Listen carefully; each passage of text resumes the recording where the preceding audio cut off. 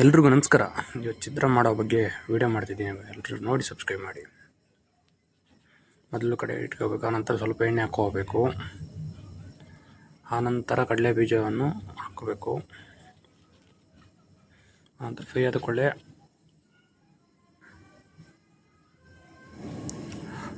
ಆನಂತರ ಕಡಲೆ ಬೀಜ ಹಾಕಿ ಸ್ವಲ್ಪ ಫ್ರೈ ಆಗಬೇಕು. ಆನಂತರ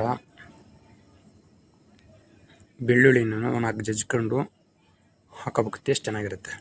ಸ್ವಲ್ಪ ಉಪ್ಪು ಖಾರ ಹೋದರೆ ಚಿತ್ರಾನ್ನದಲ್ಲಿ ಬೆಳ್ಳುಳ್ಳಿ ಹಚ್ಕೊಂಡು ತಿನ್ನಬೇಕಾಗತ್ತೆ, ಚೆನ್ನಾಗಿರುತ್ತೆ. ಆನಂತರ ಈರುಳ್ಳಿ ಮತ್ತು ಹಸಿಮೆಣಸಿನ್ಕಾಯಿನ ಸ್ವಲ್ಪ ಫ್ರೈ ಮಾಡ್ಕೋಬೇಕು. ಮಾಡ್ಕೊಂಡ್ಕೊಳ್ಳಿ ಸ್ವಲ್ಪ ಒಂದು ಟೊಮೊಟೊ ಕೊಯ್ಕೊಂಡು ಹಾಕ್ಕೋಬೇಕು. ಚೆನ್ನಾಗಿರುತ್ತೆ. ಹುಣಸೆಹಣ್ಣು, ನಿಂಬೆಹಣ್ಣು ಅದಕ್ಕಿಂತ ಸ್ವಲ್ಪ ಟೊಮೊಟೊ ಹಾಕ್ಕೊಂಡು ಚೆನ್ನಾಗಿರುತ್ತೆ. ಆ ಥರ ರುಚಿಗೆ ತಕ್ಕಷ್ಟು ಉಪ್ಪು ಹಾಕ್ಕೊಂಡು ಇನ್ನೂ ಚೆನ್ನಾಗಿರುತ್ತೆ. ಸ್ವಲ್ಪ ಅರಿಶಿನ